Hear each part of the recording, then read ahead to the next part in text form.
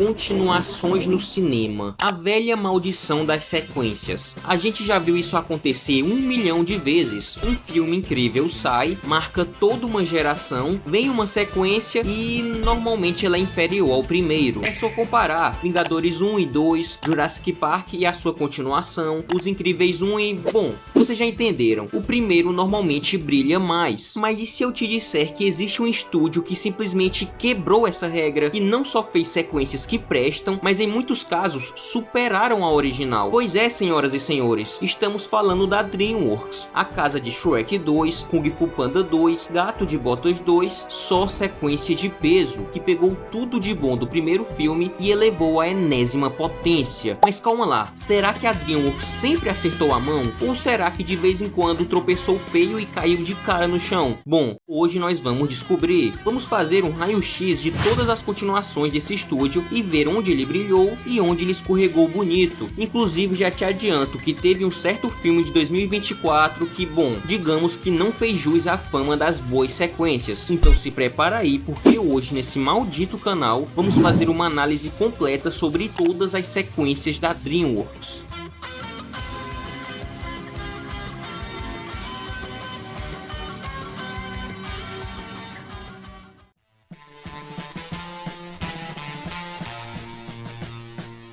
Como eu já falei várias vezes no canal, Shrek foi muito mais do que apenas um filme infantil. Foi um verdadeiro marco que sacudiu o mundo das animações. Além de trazer uma tecnologia de ponta na computação gráfica, ele jogou na cara de todo mundo que desenho animado não era só coisa de criança. Com um humor mais esperto, cheio de referências e aquele tom mais adulto na medida certa, conseguiu atrair o público mais velho e mostrar que a animação também podia ser coisa séria, ou pelo menos coisa divertida. E claro, depois de um estouro desses, não tinha como a nossa querida e um tanto gananciosa DreamWorks deixar a grana esfriar, né? Quando um trovão desses ressoa tão alto, é só questão de tempo até aparecer uma sequência, e foi assim que Shrek 2 veio ao mundo, com a quase impossível missão de seguir os passos gigantes desse ogro, que já tinha deixado sua pegada na história do cinema. É então que em 2004 a continuação do ogro chegou nos cinemas e se tornou não apenas uma das melhores continuações de qualquer franquia animada, mas um filme com identidade própria e que soube muito bem respeitar o legado do seu filme anterior, e ainda é considerada pela maioria como o melhor filme de toda a franquia Shrek. Tanto que eu fiz um ranking e coloquei ele em primeiro. Se você quiser dar uma olhada depois, o link vai estar no card. E agora, depois de 21 anos que esse filme saiu, nós ainda podemos apreciar toda a qualidade dele, pois mesmo assistindo várias e várias vezes, o filme continua super engraçado. É tipo o que acontece com Todo Mundo Odeia o Chris, saca? Inclusive, rapaziada, eu quero produzir um vídeo ranqueando todos os 88 episódios de Todo Mundo Odeia o Chris, do pior ao melhor. Imagina só, mais de 2 horas relembrando cada momento icônico dessa série, que marcou a infância e a adolescência de uma geração inteira de brasileiros. Vai ter análise, vai ter nostalgia, vai ter muita resenha sobre as pérolas que fizeram a gente rir, se identificar e até mesmo sofrer junto com o Chris, ou melhor, com o carinha que mora logo ali. Mas ó, para esse projeto sair do papel e virar realidade, eu preciso do apoio de vocês. Então se você curtiu a ideia, deixe um comentário aqui para eu saber se vocês realmente querem esse vídeo. Se tiver bastante gente animada, eu já começo a produção. Então bora lá, solta a voz nos comentários e me diz, vocês querem ou não querem esse vídeo especial sobre Todo Mundo Odeia o Chris? Deixa aí nos comentários. E mano, eu já produzi um vídeo sobre Todo Mundo Odeia o Chris aqui no canal. O link também vai estar no card aqui em cima. Seguimos. Mas o que faz de Shrek 2 um filme tão incrível? Bom, é isso que nós vamos analisar agora. Fazer uma continuação não é uma tarefa fácil. Primeiramente, você tem que suprir as expectativas geradas pelo primeiro filme, pois como todo mundo bem sabe, os fãs pegam pesado com as continuações, e eu estou incluso nesse grupo. Mas além disso, uma sequência deve ter uma identidade própria. Ela não pode ser uma cópia do primeiro filme, ela precisa ter um motivo para existir. É só você lembrar de alguns exemplos como Incríveis 2, Procurando Dory e Toy Story 4. São filmes que claramente não tinham motivos para existir, e mesmo eles sendo muito divertidos, eles não conseguem honrar o legado do material original, e isso é um porre. Mas com Shrek 2 a história é diferente. Shrek 2 explora todo o fantástico mundo que foi introduzido no primeiro filme, só que mais do que explorar, ele expande esse universo. É só você lembrar que Tão Distante e o lendário Gato de Botas não aparecem no primeiro filme, eles foram criações originais para esse segundo, e cara, aqui a DreamWorks acerta em cheio com essas duas novidades. Inclusive, uma coisa que me chateia no primeiro filme é lembrar que o Gato de Botas não aparece nele. Não que isso seja um problema, pois o primeiro filme é perfeito, mas acho que se o Gato de Botas participasse, seria ainda mais perfeito. Ou não, talvez eu só esteja delirando mesmo. Enfim, Shrek 2 começa quase que depois de onde o primeiro parou, pois o primeiro acaba com o Shrek e a Fiona firmando seu relacionamento, e o segundo começa na lua de mel do casal. E algo legal sobre a história desse segundo longa é que explora temas que não tinham sido citados no primeiro, como a família da Fiona, pois a gente tinha conhecimento de que ela era uma princesa, mas não tinha conhecimento sobre a família dela, sobre os pais dela. Outra coisa que também não sabíamos era do acordo entre o rei e a fada madrinha. E falando nela, que vilã incrível, a melhor de toda a saga. Primeiro porque ela é muito ameaçadora, com aqueles feitiços e poções, além dela ser uma mulher muito poderosa e com muita influência em Tão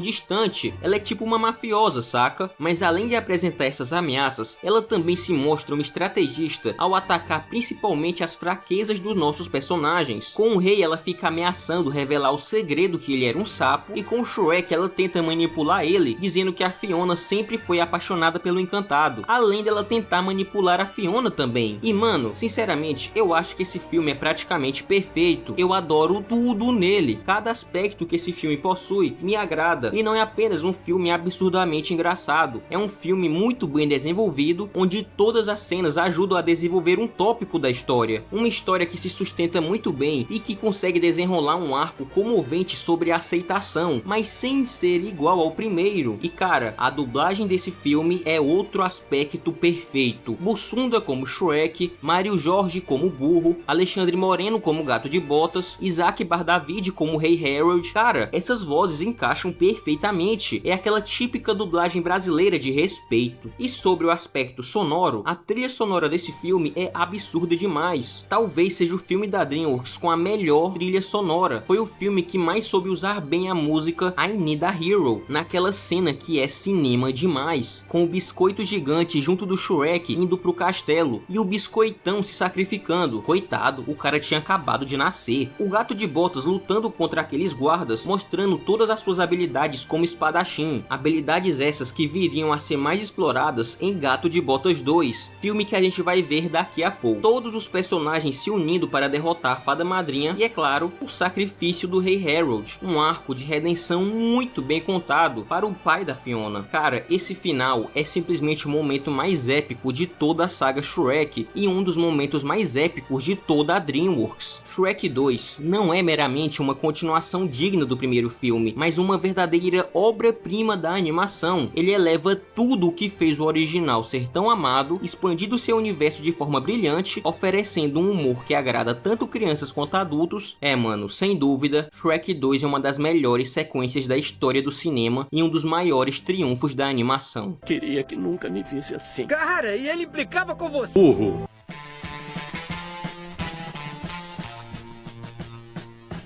Rapaziada, por favor, me siga lá no Instagram. Eu comecei a postar uns vídeos por lá. Inclusive, fiz um vídeo sobre a decadência de Padrinhos Mágicos. Depois confere lá que ficou bem legal. Meu Insta é Pericles Lima 1. O mesmo nome do canal é o nome do Instagram. Vou estar deixando aí na descrição e no comentário fixado. Me segue lá que isso vai estar me ajudando muito. De todas as continuações clássicas da DreamWorks, Madagascar é a menos falada. A galera normalmente fala mais sobre Shrek 2, Kung Fu Panda 2 e por aí vai. E isso é uma pena, pois Madagascar 2 é um filme muito divertido e merecia mais reconhecimento. Ele não possui uma história profunda como as animações já citadas. Sim, isso é verdade, mas ele compensa tudo com o seu humor. Esse filme é muito engraçado.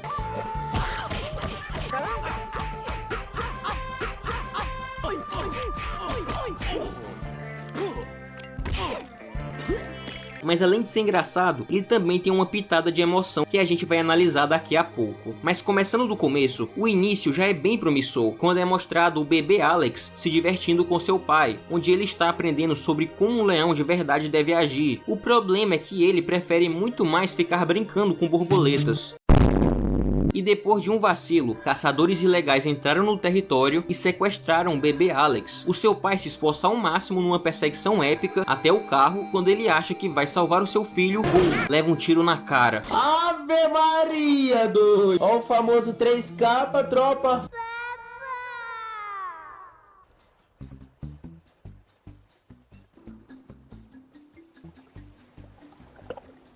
Mano, essa cena do Alex chamando pelo seu pai é muito triste, caiu até uma lágrima aqui. A coisa boa é que o Alex acabou saindo do veículo e foi parar no zoológico, um lugar que, como todo mundo bem lembra, ele adorou viver e crescer, e lá ele conheceu sua segunda família, com o quarteto principal. Eu não fui com a cara dele. Eu acho ele muito metido. E fazendo umas amizades bem legais, como os chimpanzés e os pinguins. Uma coisa que fez do Alex um leão muito feliz foi porque no zoológico ele pôde seguir o seu sonho de ser dançarino. E parando pra pensar, até que o conceito disso é engraçado. Tipo, um leão que gosta de ser bailarino? Ah, mano, não tem como, isso é cinema demais. Enfim, depois da chegada do Alex na sua nova casa, acontecem os eventos do primeiro filme. E é aí que chegamos de fato na história do segundo, que eles estão presos em Madagascar e querem voltar pro zoológico. E obviamente quem teve que resolver essa missão de consertar o avião foram os pinguins. Então eles saem voando para tentarem voltar para Nova York.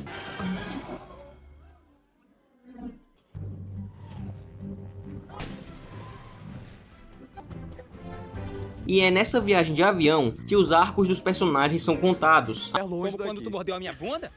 A Glória quer ser mãe, Eu tava pensando, quando eu voltar, vou me inscrever no programa de procriação. enquanto Melman tá tomando coragem para revelar o seu amor pela hipopótamo. Eu te amo, Glória. Eu sempre te amei. E aqui o Alex e o Marty já começam a se desentender, conflito que aparece mais tarde no filme. Vai se chatear se eu te contar uma coisa. Se bucha, o quê? Eu quebrei seu iPod. Desculpe. Eu vou te matar, seu morde bunda. E cara, olha que dublagem absurda foi feita pelo nosso querido Guilherme Briggs.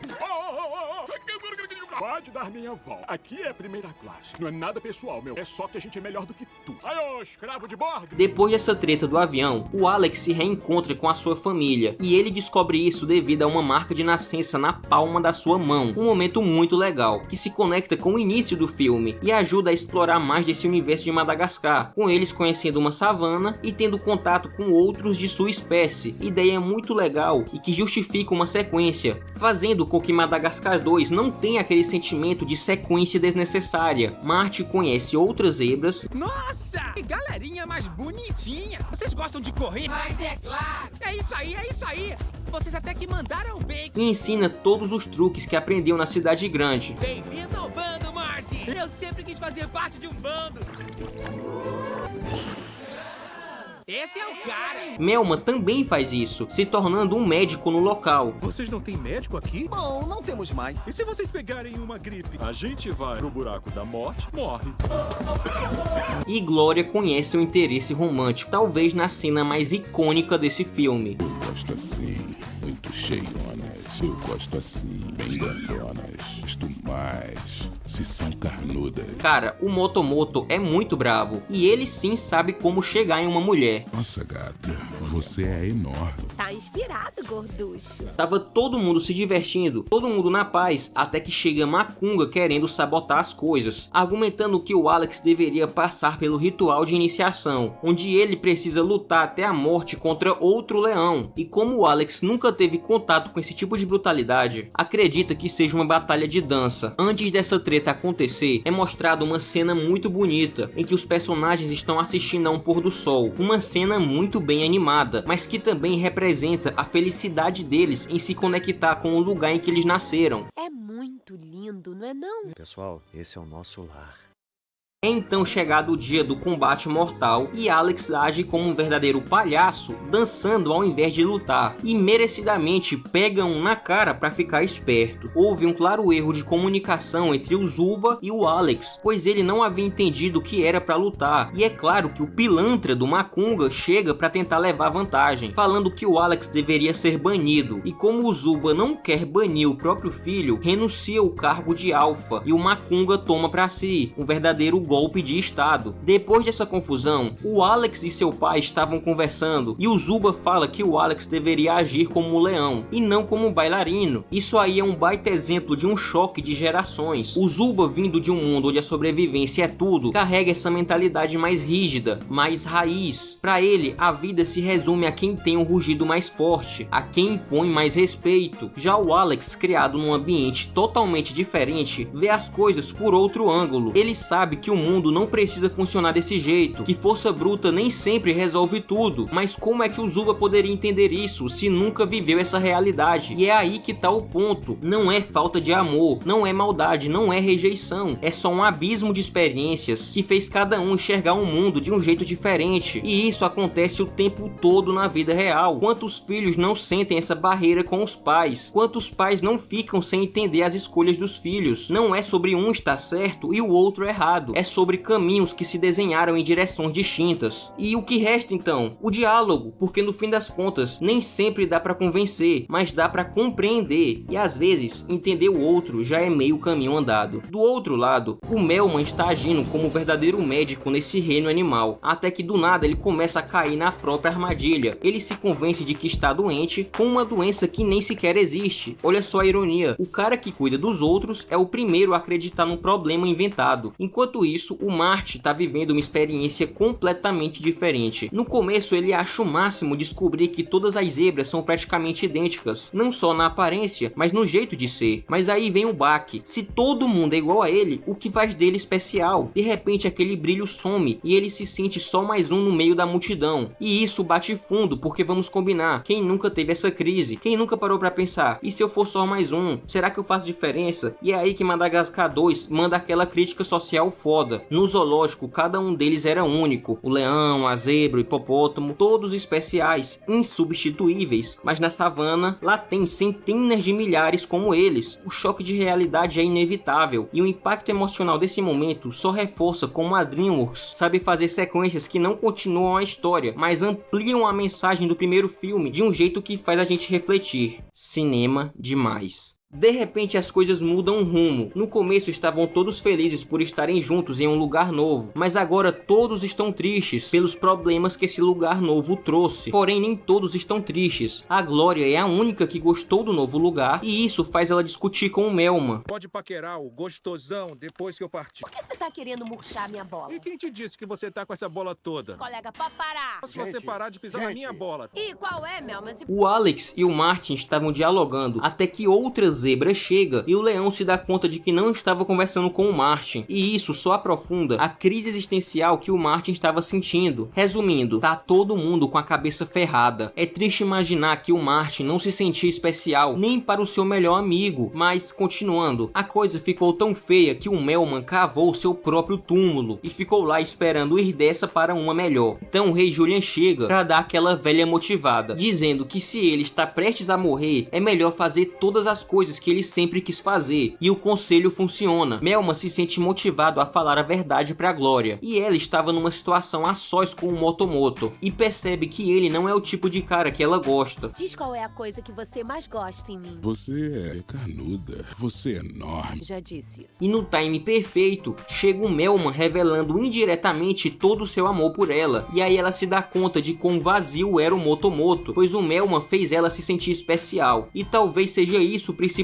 tema desse filme, se sentir especial. A Glória quer sentir isso, o Martin quer sentir isso, o Melman quer que a Glória ache isso dele, e por fim, o Alex também quer se sentir especial para com a sua família. Então é isso, Madagascar 2 se trata de um filme onde os animais querem se sentir especiais, e isso torna ele um filme especial, ou melhor, uma sequência especial. E sim, eu sei que tem muita mais coisa, mas agora já tá na hora de eu pular pro próximo filme.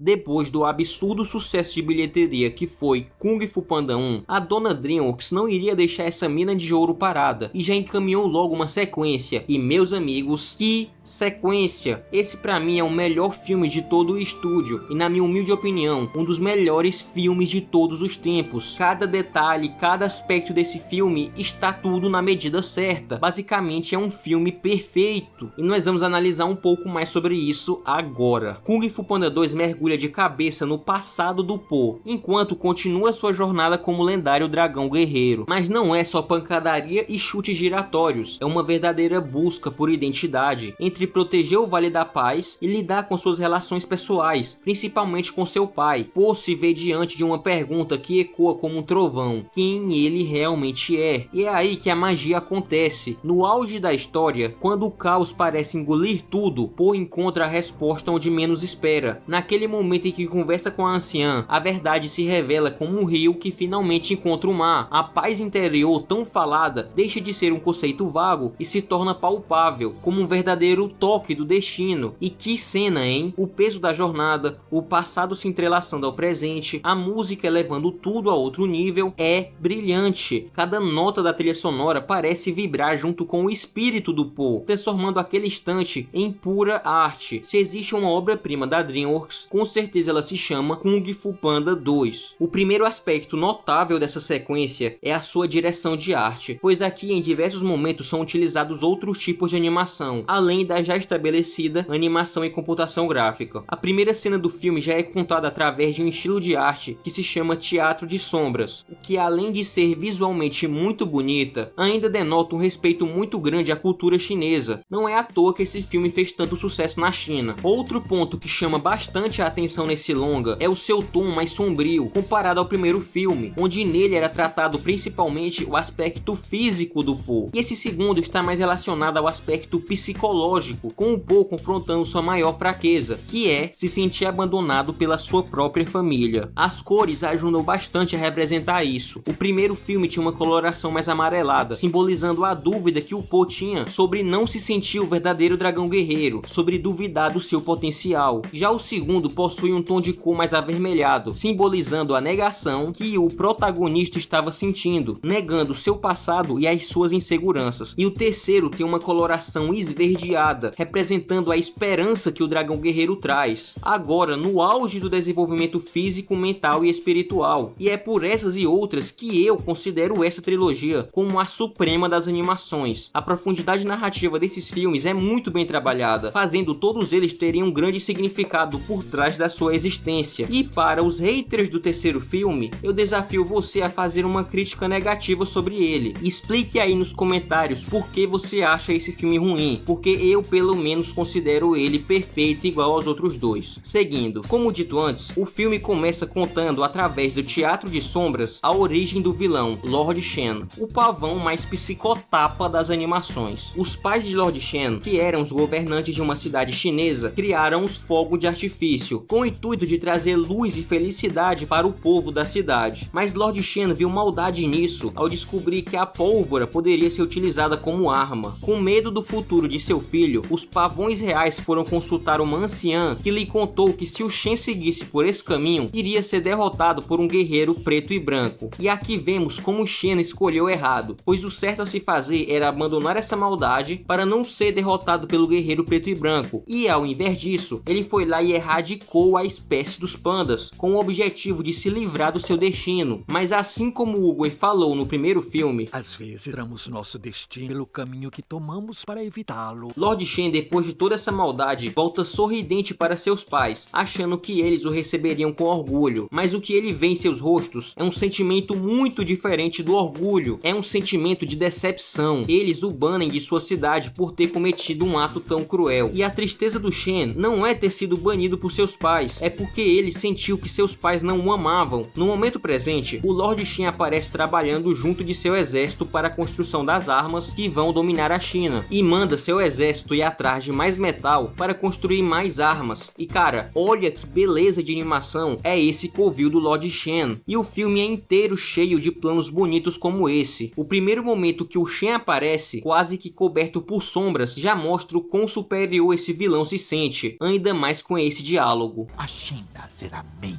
Logo depois o filme mostra um momento de diversão entre o Po e os Furiosos, representando como a amizade entre eles evoluiu do primeiro para o segundo filme. Agora eles não são apenas colegas de Kung Fu, agora eles são uma família. E essa relação é maravilhosa. Depois dessa cena de mais descontração, ele encontra o Shifu, que está tentando aprender a última lição do mestre Oogway, a lição que ensinava sobre o conceito de paz interior. E é claro, o Po fica louco para aprender essa técnica. Ele vai aprendendo ela pouco a pouco através do desenvolvimento do filme. E isso é um elemento que o segundo filme faz melhor que o primeiro, pois no primeiro, o golpe do dedo Uchi não é um elemento tão bem utilizado. O Po aprende só de ver o Shifu fazer uma vez de relance. Agora nesse segundo, a técnica da paz interior é algo bem trabalhado, sendo até mesmo o principal ponto da narrativa, ressaltando como esse segundo filme é superior ao primeiro. É claro, na minha opinião. Se você acha o primeiro superior, saiba que não tem problema. Eu não estou querendo impor uma regra aqui, apenas quero conversar sobre animações. A tigresa chega e fala que uma vila está sendo saqueada e a rapaziada vai na missão, o que até mesmo lembra o sonho que o protagonista teve no primeiro filme. E mano, as cenas de ação nesse filme são perfeitas, não existe do que reclamar aqui. O panda vê uma marca vermelha e é derrotado pelo lobo caolho. Ele só não consegue entender o que aquela marca representava, e para entender melhor isso, ele vai conversar com o seu pai. E um fato que poucos perceberam aqui é que agora o restaurante do Ping não vende apenas macarrão, ele vende tofu também. Isso é interessante, pois no primeiro filme ele disse que sonhava em aprender a fazer tofu, mas que isso era um sonho tolo. Isso significa que graças ao esforço e dedicação do seu filho em perseguir e acreditar no seu sonho impossível, inspirou outras pessoas a fazerem o mesmo, incluindo seu pai, que agora finalmente realizou o seu sonho de adolescência de fazer tofu. Pode até parecer pouca coisa, mas para ele era uma meta muito importante. É aqui que o Po descobre que não é o filho biológico do ganso. Que novidade, hein? Ele descobre sua origem, mas aquilo não respondia suas dúvidas. Nesse momento, o Po duvidou de tudo, duvidou de si mesmo e até duvidou do seu próprio pai, aquele que mais ama ele no mundo, destacando a humanidade que existe no Po através das suas inseguranças. Isso, meus amigos, é o que eu chamo de roteiro bem escrito, um roteiro que dá profundidade aos personagens, que faz você se colocar na pele deles. E mano, esse tanto de coisa legal aconteceu em apenas 10 minutos de longa. Quando eu digo que adoro cada detalhe desse filme, eu não estou brincando. Na cidade de Gongmen, Lord Shen vem atrás de seu trono por direito e na sua chegada, ele já tira a vida de vários soldados como se não fossem nada, na maior naturalidade. Ele luta contra os mestres lendários e vence 2 deles com facilidade. Porém, o mestre Rino Trovão era mais habilidoso. E aí ele teve que recorrer à sua principal artimanha, o canhão. E é aí que o Rino bate as botas, em uma cena bastante pesada. Do outro lado, Shifu manda Po e os Furiosos para deter o Lord Shen, e nesse momento, o Ping chega para dar uma ajuda ao seu filho. E aqui acontece uma das cenas mais impactantes desse filme. Eu sou o dragão guerreiro, é minha obrigação salvar o Kung Fu. E se eu não for, eu vou ser o quê? Você é meu filho, não é? Tenho que ir. Ele voltará antes que diga macarrão.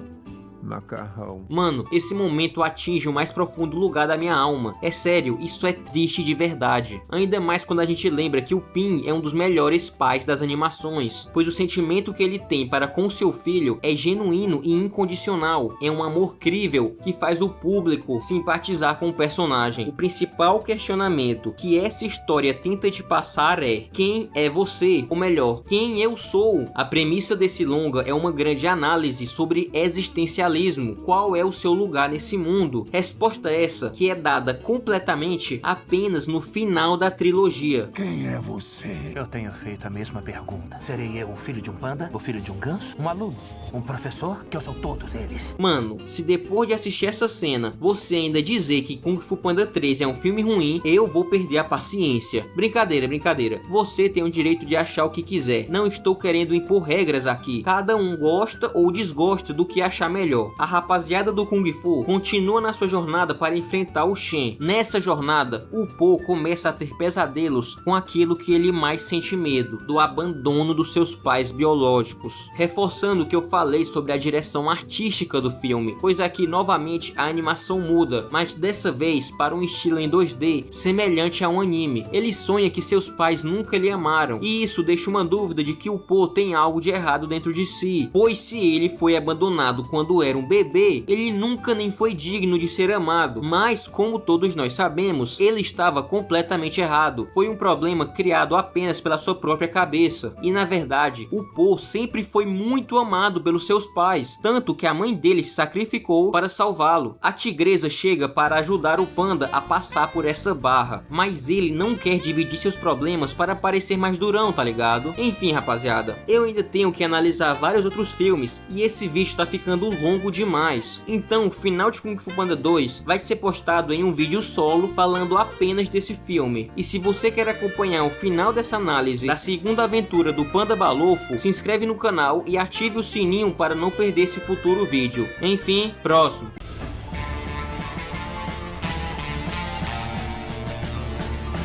Vamos começar do início. Algo legal sobre essa sequência é que ela começa 5 anos após os eventos do seu antecessor e mostra a evolução que a ilha de Berk teve após finalmente aceitarem os dragões. E por ter se passado tantos anos, o Soluço também está muito mais maduro do que no primeiro filme, mas ainda assim ele comete vários erros pela jornada. Erros esses que vão custar bem caro para ele.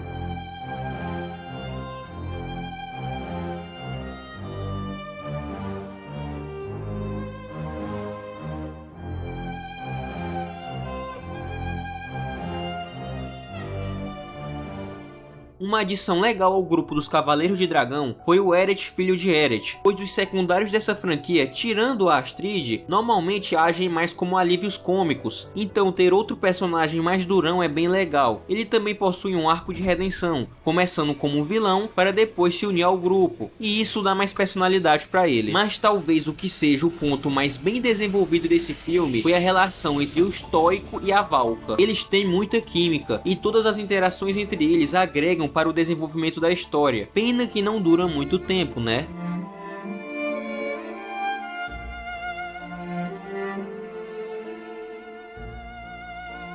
Cara, talvez esse seja o filme mais sombrio da franquia. As cenas de ação são gigantescas e mais violentas. E não lembra daquela cena macabra em que um dragão tem a barriga perfurada e simplesmente apaga. O vilão aqui é ainda mais cruel do que o do primeiro filme. Simplesmente um dos vilões mais imponentes de todas as animações. Esse cara é muito foda. Ele quer se aliar aos dragões, mas não na base da cooperação como faz o Soluço, e sim na base da dominação. Dominação essa na base da violência. Ele utiliza não só a violência física, mas também a violência psicológica para intimidar os dragões, e assim poder dominá-los a partir do medo que eles sentem. Ele é tão brabo que enfrenta os dragões na cara limpa, mesmo sem ter um braço, utilizando apenas uma lança e a sua capa que protege do fogo. E só isso já é suficiente para ele deitar os dragões na porrada. O cara é muito brabo. E no meio de tanta pancadaria e adrenalina, o longa ainda dá um jeito de aprofundar a relação entre o Soluço e a família dele. Afinal, o cara carrega um peso enorme nas costas. Ele tá prestes a assumir o trono de Berk, assim que seu pai, bem, bater as botas. A história toma um rumo bem diferente do primeiro filme. Não é só um copia e cola com uma nova camada de tinta, sabe? É algo novo, com um frescor que dá gás para a narrativa. E se tem uma coisa que essa sequência dá um banho no original, é na animação. Os cenários, um deslumbre. Os visuais, de tirar o fôlego. As coreografias, puro espetáculo. Muita gente considera esse filme melhor que o primeiro. Até fiz uma enquete no canal, e para minha surpresa, a sequência levou a melhor. Mas cara, na minha opinião, o primeiro ainda dá um pau nesse aqui. A mensagem dele é mais bonita, mais bem trabalhada, e a relação do Soluço com o Banguela é uma das mais bem construídas de toda a história das animações. O segundo filme tem seus momentos épicos e emocionantes, claro, mas também dá suas escorregadas, tipo aquele arco da cabeça dura. Nossa mano, que troço chato. Então é isso. Se você prefere a sequência, eu entendo total. Ela tem cenas grandiosas e momento de arrepiar, mas pra mim Porém, o primeiro filme continua sendo imbatível. Só que isso não faz com que o segundo seja ruim, só não está à altura do primeiro. Outro ponto que ajuda nessa argumentação é o ritmo de cada filme. O primeiro tinha cenas mais bem colocadas, que desenvolviam melhor a história. O segundo, por mais que tenha uma boa história, o seu ritmo é mais bagunçado. Acredito que porque ele possua mais arcos do que o primeiro. E por mais que eu tenha passado todo o vídeo apenas elogiando as sequências da DreamWorks, acho que já deu pra sacar que elas possuem um padrão. Quase todas elas mostram um personagem reencontrando os pais. Até em Shrek 2 teve isso, mas ao invés da gente conhecer os pais do Shrek, a gente conhece os da Fiona. Enfim, nada que tire o brilho, mas é algo interessante de se notar. Eu acredito que uma forma de ter deixado esse segundo filme de Como Treinar o Seu Dragão melhor seria que no primeiro houvessem mais menções à Valka. Isso ajudaria a deixar o roteiro desse segundo filme mais profundo. Se os roteiristas da franquia tivessem feito isso, já elevaria muito o nível dessa sequência, pois o fato da Valka ser uma personagem que apareceu meio que do nada na história, diminui um pouco o peso emocional que o primeiro encontro deles teve. Enfim, rapaziada, de qualquer maneira, eu ainda gosto muito desse segundo filme. Mesmo não superando o primeiro, ele ainda assim é ótimo.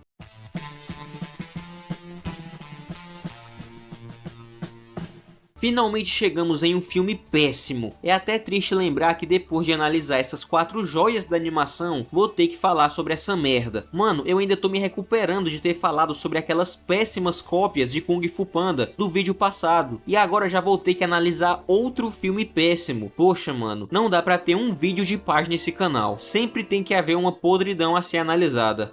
Eu não aguento mais viver. E nesse vídeo vai ter essa, e mais 2 bombas, então continua comigo que agora não vai ser mais de alegria. Esse filme resume a triste situação das animações infantis hoje em dia, desenhos comandados por empresas gananciosas que não se preocupam em contar boas histórias com boas mensagens pra garotada. O foco é muito mais em vender produtos licenciados, com personagens e mais personagens, cores e mais cores, músicas idiotas e mais músicas idiotas, e aí eu te pergunto, você prefere que os mais novos assistam a filmes infantis com boas mensagens ou prefere que eles assistam a produtos voltados apenas para conseguir um dinheiro fácil com brinquedos coloridos? Junto de Poderoso Chefinho, Trolls mancha a imagem da DreamWorks, com filmes tão rasos e vazios que não possuem praticamente nada a oferecer, apenas besteiras em cima de besteiras. Esse tipo de coisa que não agrega em nada. Mano, olha o começo desse filme, essas cores, esses elementos, parece que você tá no TikTok, sabe? Parece que estão tentando hipnotizar as crianças. E ainda por cima, essa introdução é protagonizada por essa nuvem do primeiro filme, que é um personagem absurdamente qualquer coisa. Ele não tem nenhuma função na história do primeiro filme, foi colocado ali apenas para vender boneco e dane-se. Esse tipo de coisa mostra que os roteiristas desse longa nem sequer tentaram, sabe? Eles nem tentaram contar algo decente, só jogaram cores vibrantes, personagens engraçadinhos e músicas pop para arrancar à força a atenção da criançada. E esse tipo de prática que empresas como DreamWorks e Illumination fazem não podem dominar o cinema de animações. Esse tipo de filme fazendo sucesso é um perigo, é uma carta para os grandes estúdios de que eles não precisam fazer filmes bons. Enfim, o filme começa mostrando a rainha Barbie dominando outros reinos de trolls, mostrando que existem outros trolls além da galera que a gente conheceu no primeiro filme. E depois desse combate musical, é mostrado nossos queridos protagonistas. E aí é apresentado mais um lindo personagem, Tico Diamante. Uau, que personagem interessante. Depois disso é apresentada a grandiosa lore desse universo de trolls. Aqui é mostrado que existem 6 tipos de música: techno, funk, clássico, sertanejo, rock e pop, além dos estilos intermediários. E cada um deles é controlado por um fio mágico de uma harpa, ou sei lá o que. Porém, depois de um tempo, os trolls começam a ficar intolerantes com as músicas dos outros, e isso fez eles se separarem. E agora no presente, a rainha Barbie quer roubar esse fio sagrado de cada reino para montar uma harpa apenas de rock, com o objetivo do mundo ter apenas rock como estilo musical. E qual a motivação dela? Eu sei lá, porra. Enfim, fica muito nítido desde o início do filme que a rainha Barbie é carente de amizades, então fica óbvio que no final a Pop vai convencer ela por meio da amizade, e realmente é isso que acontece. Pois é, a Pop vai atrás da Barbie para tentar negociar, e é claro que igual a todos os filmes ruins de animação, precisa ter subtramas, e aqui aquele cavalo que ninguém liga sai numa jornada sozinho de autodescoberta. O Tronco continua com seu pessimismo, mesmo depois do desenvolvimento que ele teve no primeiro filme, mas tudo bem, né? os roteiristas aqui não estão nem aí. Quando a Pop chega no mundo da música clássica, percebe que ele já foi destruído pela Barbie. E é chato que não existam batalhas nesse filme. A Barbie simplesmente chega e destrói tudo sem nenhuma emoção. Outra coisa chata é que, diferente dos outros filmes da lista, em que cada cena do filme ajuda a desenvolver um aspecto da história, em Trolls é o contrário. Nada desenvolve nada, e são furos de roteiro em cima de contradições. Tipo, no terceiro filme a gente descobre que o Tronco já participou de uma banda. Tipo, que? Esse personagem que aparece no reino da música clássica sequer é citado novamente no filme. E mano, toda a motivação dos vilões desse filme são uma merda. O filme enxerga os roqueiros como as nossas vozes enxergam, tá ligado? Como se roqueiros fossem do mal, fossem diabólicos ou coisa do tipo. Não, mano, nada a ver. E outra, os roqueiros não são iguais a Barbie. Eles não são odiosos. Eles só querem ficar de boa, curtindo preguiça. Só a Barbie que é do mal. Eles querem ficar só na deles. E ela que fica com esse negócio de dominar os reinos, só porque ela é carente de amizades. Ah, mano, nada a ver, tá ligado? E dane-se. Eu sinceramente não aguento mais falar sobre esse filme. Eu tô muito cansado e preciso terminar logo esse roteiro. Então vamos pro próximo.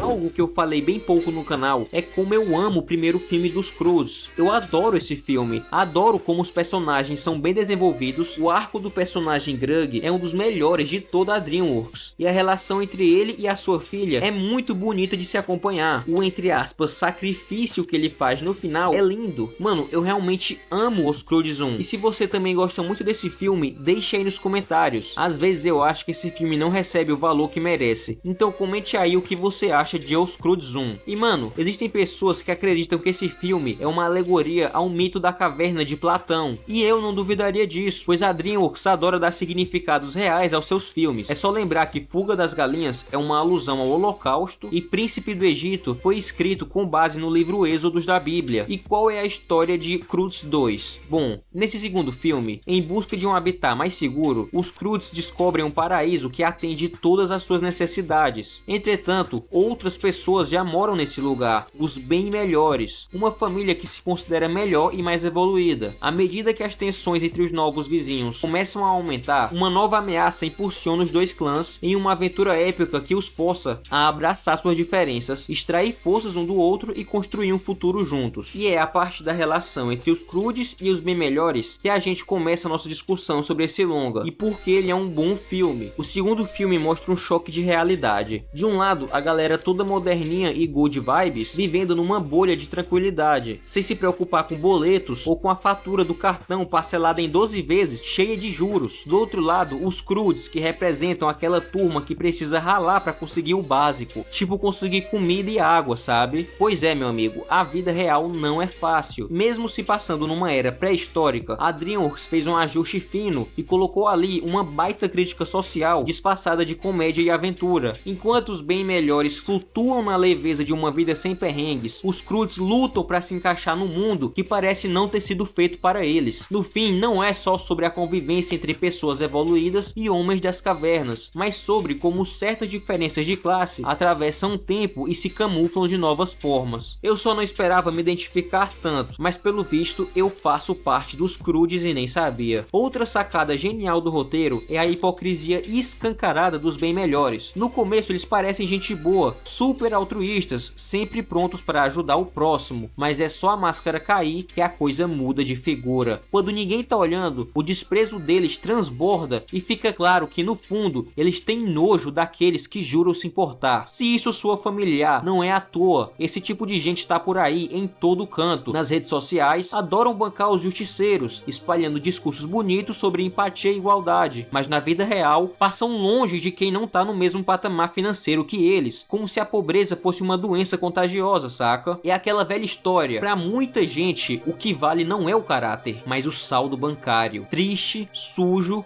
e o pior, realista. Outro tema central da narrativa é a ideia de evolução, tanto no sentido biológico quanto social. Os bem melhores se veem como a versão aprimorada da humanidade, mas, ironicamente, são os Croods que demonstram maior capacidade de adaptação. Enquanto os bem melhores criaram um ambiente seguro e estático, onde tudo segue um padrão pré-estabelecido, os Croods abraçam o desconhecido e aprendem com o caos. A mensagem aqui é clara: a verdadeira evolução lição não vem do conforto, mas da resiliência e da disposição para enfrentar os desafios. Além da crítica social foda, o filme também trabalha bem os conflitos internos da família Crude, especialmente a relação entre Grug e a sua filha, Ip. A trama explora o medo do pai de perder a filha para uma nova vida ao lado de Guy, seu namorado. Esse é um dilema universal que muitas famílias enfrentam, um momento em que os filhos precisam traçar seus próprios caminhos, enquanto os pais tentam segurar as rédeas. O arco de Grug é um dos mais emocionantes, mostrando sua jornada para aceitar que a mudança faz parte da vida. Esteticamente, Os Croods 2 é um espetáculo visual. A animação é vibrante, cheia de cores e texturas que tornam o mundo pré-histórico ainda mais interessante. O humor continua sendo um dos pontos fortes da franquia, com piadas físicas e diálogos rápidos que garantem risadas, tanto para crianças quanto para adultos. O ritmo é acelerado, o que pode ser um problema para quem gosta de pausas para respirar entre uma cena e outra, mas mantém a atenção do público do começo ao fim. Os Croods 2 é uma sequência muito divertida e que ainda possui uma sátira social embalada com cenas cheias de ação. O filme brinca com tensões familiares, questiona preconceitos disfarçados de gentileza e reforça a importância da adaptação e do verdadeiro espírito de comunidade. Ele deixa uma mensagem valiosa. Às vezes os mais primitivos são justamente aqueles que entendem melhor o que realmente importa na vida.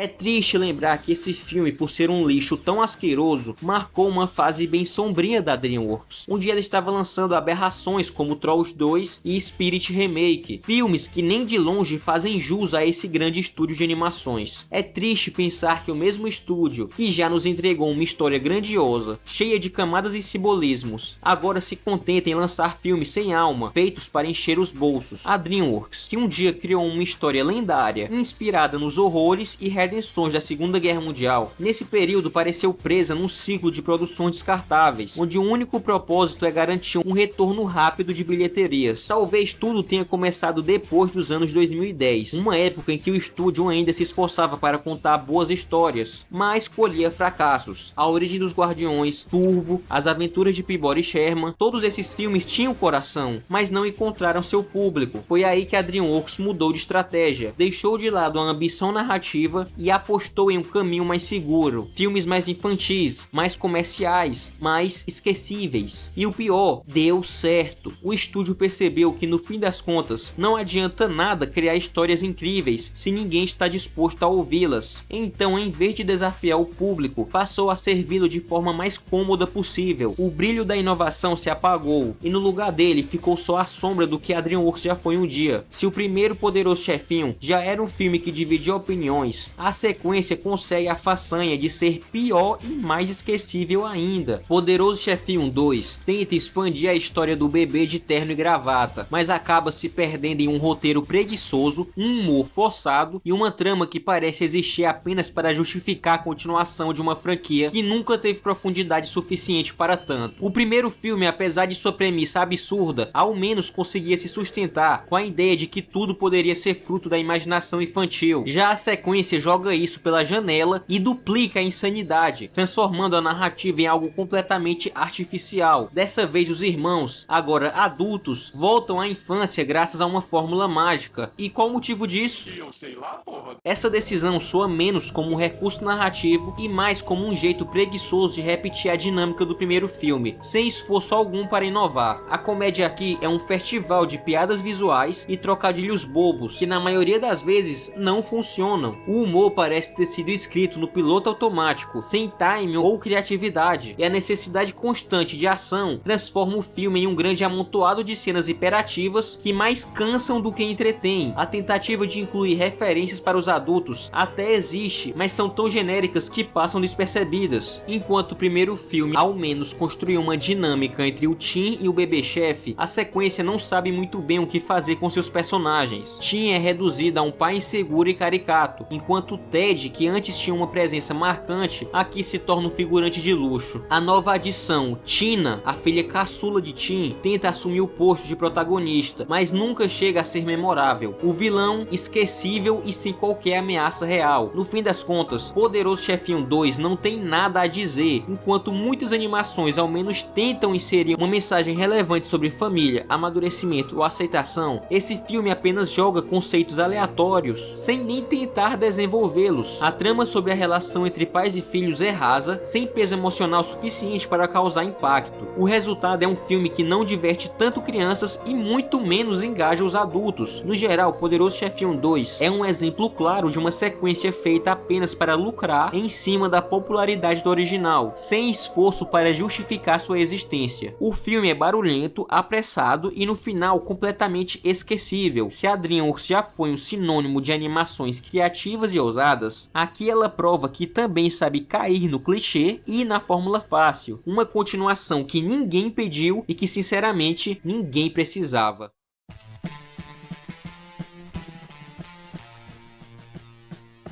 Esse filme foi uma baita surpresa pra galera que curte animações e é fã da DreamWorks. Depois de mais de uma década sem receber nenhuma notícia desse universo, a DreamWorks aparece do nada com uma continuação de um spin-off do Shrek. Pois é, mano, do nada. E depois de tanto tempo esperando, a gente finalmente pôde matar a saudade desse personagem tão querido. Aliás, chega até a ser um alívio quando a gente lembra que esse filme foi lançado numa fase bem sombria do estúdio. Pra ser bem sincero, a DreamWorks estava numa maré de azar, lançando umas coisas que nem dá pra chamar de filme, tipo Poderoso Chefinho, Trolls, só lixo. Ninguém mais botava fé no estúdio, sabe? Era como se o brilho de antigamente tivesse sido apagado. Daí surge esse filme, meio que como um último suspiro, uma tentativa desesperada de resgatar o respeito perdido. É tipo aquele jogador desacreditado que entra no final do jogo e arrisca com um chute de fora da área. E o título já entregou tudo, né? Esse filme era o último desejo da DreamWorks. Mas a pergunta que não quer calar é: será que esse desejo se realizou? Ou será que foi um desejo concedido pelo Rumpelstiltskin, cheio de consequências inesperadas? Bom, segura aí que eu vou te contar tudo isso agora. Desde os trailers, já dava pra sentir que a animação ia ser algo especial. O estilo com aquela vibe que lembra muito Homem-Aranha no Aranhaverso parece até uma obra de arte em movimento, tipo uma pintura em aquarela que ganhou vida.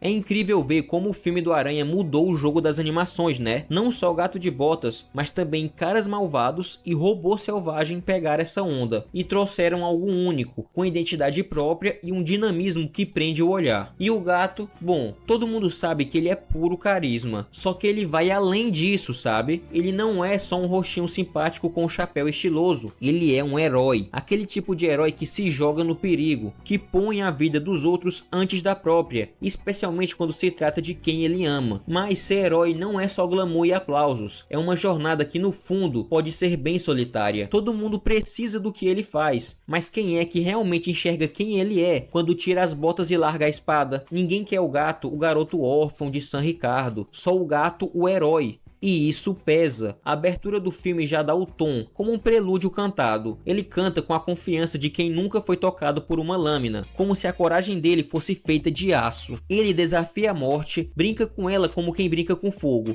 E é aí que tá o ponto. O que separa um herói de uma pessoa comum é exatamente isso. Essa ousadia quase inconsequente de encarar o impossível. Mas o problema é que essa coragem dele acabou virando arrogância. Ele começou a acreditar que era invencível, que nada podia pará-lo, e aí, enquanto construía seu legado de herói, ele também ia destruindo algo essencial, o valor da própria vida. Desperdiçou 8 das suas 9 vidas como quem joga moedas numa fonte sem pensar no amanhã. No fundo, o gato se perdeu entre ser um símbolo e ser alguém, e agora com apenas uma vida sobrando, ele precisa aprender que o verdadeiro heroísmo não é só sobre derrotar monstros ou desafiar a morte, é sobre saber viver.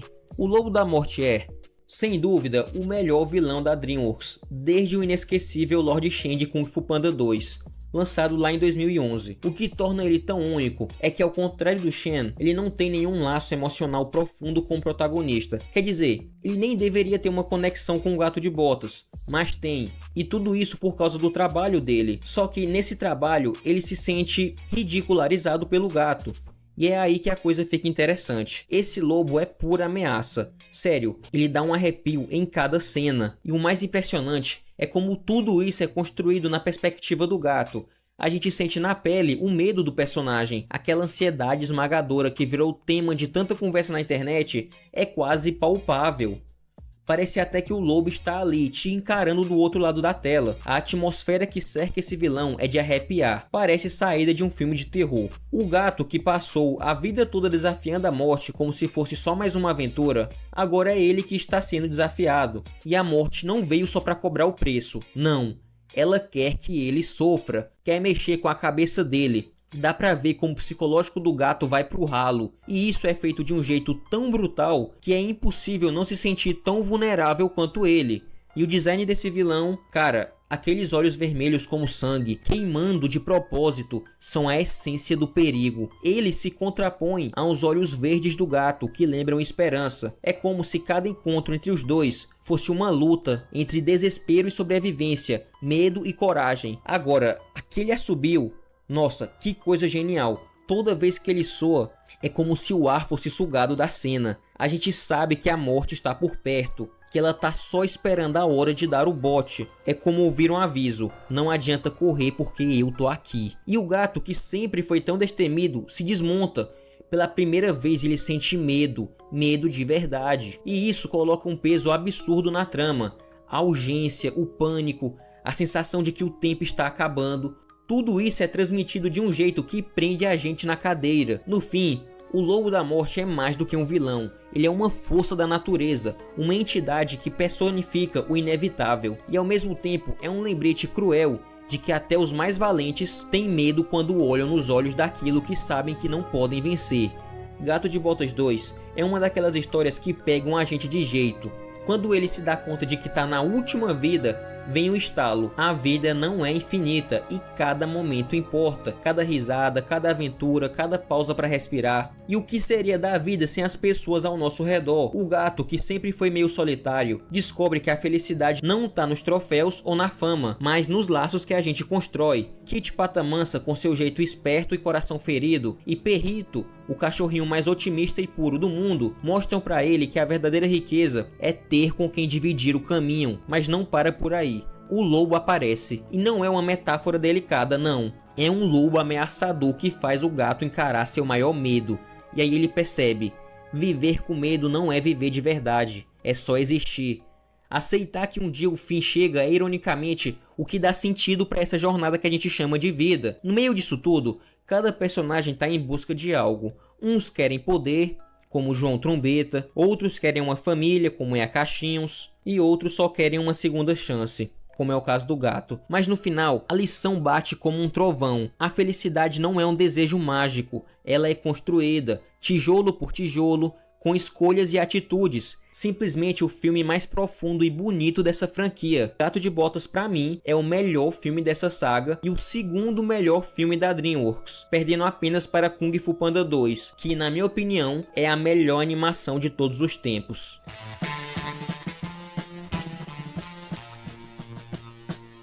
Megamente é uma das melhores animações de todos os tempos. Com um roteiro inteligente, bons personagens, ótima animação e trilha sonora marcante, esse filme lançado em 2010 marcou profundamente a minha vida, pois a sua mensagem consegue ter um significado tanto para crianças quanto para adultos. A mensagem de que você não precisa ser o que o mundo quer que você seja. Você tem a liberdade para escolher o próprio destino. O Megamente é um cara, ou melhor, um alienígena, que desde a infância foi moldado pelos outros para se tornar um vilão, chegando ao ponto dele mesmo acreditar que era um vilão, mas depois ele descobre que não era isso que ele queria, e que na verdade ele só tinha sido moldado pelo sistema em que ele estava inserido, pois ele nunca teve amor familiar e cresceu em uma prisão, junto de vários bandidos, e mesmo preso em todo esse sistema falho, ele mostrou que não precisava ser o que os outros queriam que ele fosse, que ele poderia definir o próprio destino, provando o ponto que eu citei anteriormente, de que você não precisa ser o que os outros querem que você seja, você pode ser o que você quiser, basta querer e se esforçar muito minutos para chegar lá. Bom, acredito que eu já tenha explicado bem o porquê desse filme ser tão bom, pois além de ter um bom roteiro, bons personagens e boas músicas, ele tem uma boa mensagem que faz as pessoas refletirem sobre toda essa questão da sociedade moldar as pessoas. E galera, há 14 anos eu espero a sequência dessa obra de arte chamada Megamente, e finalmente essa sequência chegou. Agora você quer saber se a sequência fez jus ao filme original? Então se prepara aí, porque veremos hoje nesse maldito canal a história completa e análise de Megamente 2.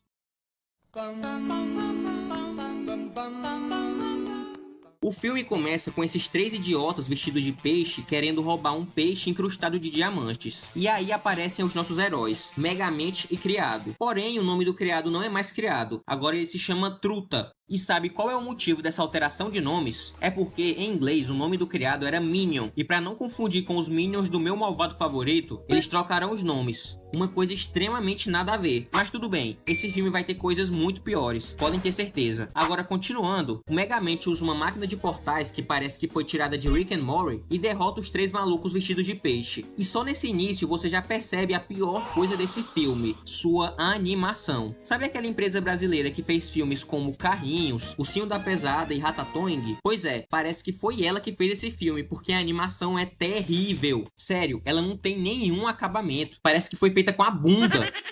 Eu nunca tinha visto uma animação tão asquerosa como a desse filme. Eu realmente acho que o orçamento desse filme foi um pastel em Guaraná, porque a animação tá uma merda. Pra vocês terem noção, tem uma cena que o Megamente sai correndo pelas ruas e elas estão vazias. Não tem uma pessoa, não tem um carro, não tem nada. Se tivesse um prêmio pra pior animação do ano, com certeza seria essa. Porque caralho, mano, que porra é essa? Mas, continuando com o filme, o Megamente agora é amado por toda a cidade, já que ele se tornou um herói. O problema é que mesmo depois de todos os aprendizados do filme anterior, o Megamente continua tratando o criado mal, pois ele o vê apenas como um ajudante e não como um parceiro, e isso faz eles dois se separarem. Ou seja, eles jogaram todo o desenvolvimento de personagem do filme anterior no lixo e repetiram a mesma fórmula, já que no filme anterior eles também discutem e também se separam. Então não basta essa sequência destruir o legado do filme anterior, não. Ela destrói cara em cima dele. Esse filme é um completo desrespeito, não apenas com o filme anterior, mas com a DreamWorks, com as animações e com a própria humanidade. Sério, ninguém merece assistir esse lixo. Então galera, deixa o like por favor. Olha a merda que eu tive que assistir pra trazer o resumo aqui pra vocês. Por favor rapaziada, valoriza o trampo e deixa um like aí. Depois dessa separação, o criado vai atrás de um novo amigo que trate ele com respeito. E dá certo. Ele conhece o dono de uma lanchonete e logo eles firmam uma parceria. Então, do nada, aparece uma garota que diz ser dona do fã-clube do Megamente e quer trabalhar junto com ele. Ele, por sua vez, recusa esse convite. Afinal, quem que quer trabalhar com uma criança, velho? Então ele dá uma bomba de presente pra ela e se manda dali, já que não tem nada de errado em dar uma bomba pra uma criança, né? Grande exemplo, hein, Megamente? Que ser humano de pessoa você é. Então nos é apresentado os novos vilões desse filme, que são os personagens mais genéricos que eu já vi em toda a minha vida. São eles: Homem de Lava genérico, Tempestade da Shopee, Cavaleiro das Sombras do Paraguai e o pior de todos, os caras simplesmente meteram uma cópia do vilão de Os Incríveis. Que cara de pau, mano.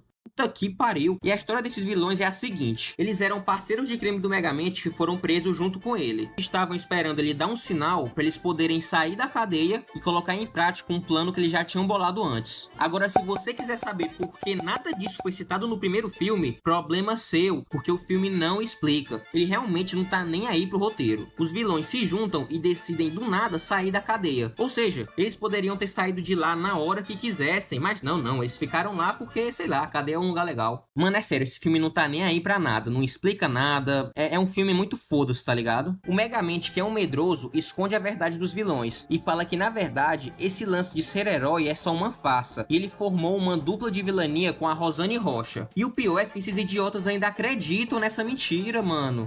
E o Megamente bolou toda essa mentira porque ele tem medo desses 4 doidos. Olha o cagão! Galera, o mesmo Megamente que derrotou o Titã no filme anterior, agora está com medo desses 4 lixos. Mano, isso não faz sentido. Enquanto isso, o criado está ajudando o dono de uma lanchonete falida a fazer mais sucesso. E todo esse arco do criado eu vou ignorar, porque é muito ridículo. Sério, essa história não leva a lugar nenhum. Então vamos continuar. O Megamente, antes dos eventos do primeiro filme, colocou um foguete embaixo da cidade. E o plano dele era fazer a cidade voar até a lua, pra ele virar uma espécie de imperador de lá. Porém, agora ele não quer mais isso, né? E pra tentar fugir desses vilões, ele prende eles em uma gaiola de lasers. Só que os lasers acabam dando problema e os vilões ficam livres, mas o Megamente consegue fugir deles. Depois, a Rosane Rocha e aquela garotinha chata rastreiam o Megamente e encontram ele todo deprimido e barbudo. Acho que o Megamente tá usando o minoxidil, hein? Galera, vocês percebem que eles estão usando as mesmas tramas do primeiro filme? Esse lance do Megamente ficar triste, do criado abandonar ele, tudo aconteceu no primeiro filme também, mano. Os roteiristas são muito cara de pau. Aí, do mais absoluto nada, aparece o criado dizendo que aceita as desculpas do Megamente e, velho, sem comentários. Como o criado achou o Megamente no meio do nada? O que ele tava fazendo ali, velho? Esse filme simplesmente não faz sentido. Então eles bolam um plano de ir no supermercado e comprar equipamentos para deter os monstros. E adivinha qual equipamento eles compraram? Bolas de tênis. Mano, tá de sacanagem que eles usaram bolas de tênis para lutar contra monstros mágicos.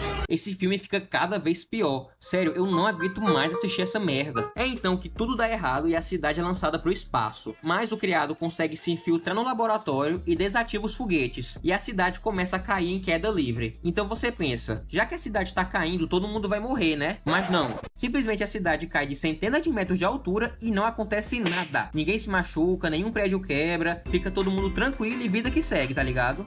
E depois de toda essa palhaçada, o Megamente consegue vencer os vilões. A Rosane Rocha vira prefeita e aquela menininha chata entra pra equipe. E pronto, fim de filme. Ainda tem uma cena pós-créditos que aparece um novo vilão. Creio eu que seja pra chamar o pessoal pra assistir a série. E sim, galera, também fizeram uma série do Megamente, que é tão ruim quanto o filme. Então eu não vou nem assistir porque eu vou precisar de terapia pra conseguir viver depois de assistir esse filme horroroso do Megamente. E é isso, galera. Vou encerrando aqui o vídeo, já tô muito estressado, esse filme me deixou muito cansado e eu vou dormir agora. Deixa o like e se inscreva no canal.